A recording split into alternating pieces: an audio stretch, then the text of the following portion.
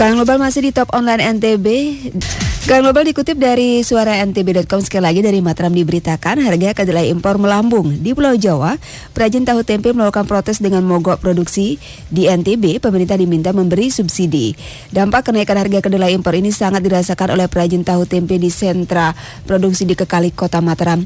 Harga kedelai impor sudah naik hingga 1,4 juta rupiah per kuintal.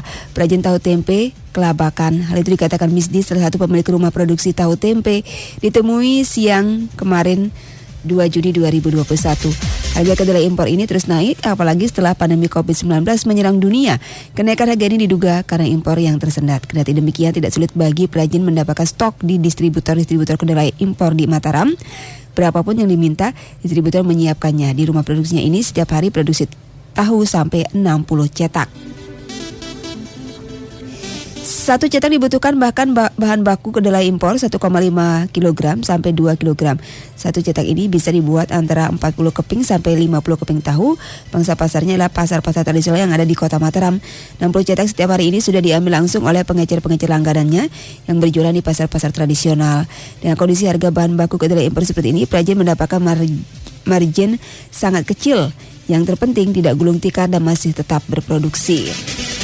Sebenarnya mereka sangat berharap kedelai lokal menjadi substitusi kedelai impor untuk membuat tahu tempe. Menurutnya kedelai lokal, terutama produksi kedelai di Pulau Sumbawa, sudah cukup bagus. Butirnya sudah besar, mendekati besar butir kedelai impor. Terbatasnya produksi kedelai lokal ini menjadi persoalan tersendiri bagi perajin tahu tempe lokal.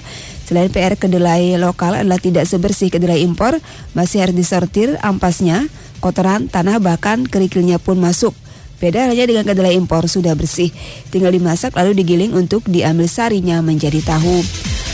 Ketua Koperasi Perajin Tahu Tempe Beriuk Pacu Kekalik Jaya, Haji Muhammad Hasbah, juga mengatakan kenaikan harga kedelai impor ini terjadi terus-menerus hingga harganya di atas 1 juta rupiah per kuintal saat ini. Tidak banyak yang bisa dilakukan oleh perajin tahu tempe selain menyiasati semaksimal mungkin agar industri ini tetap berjalan.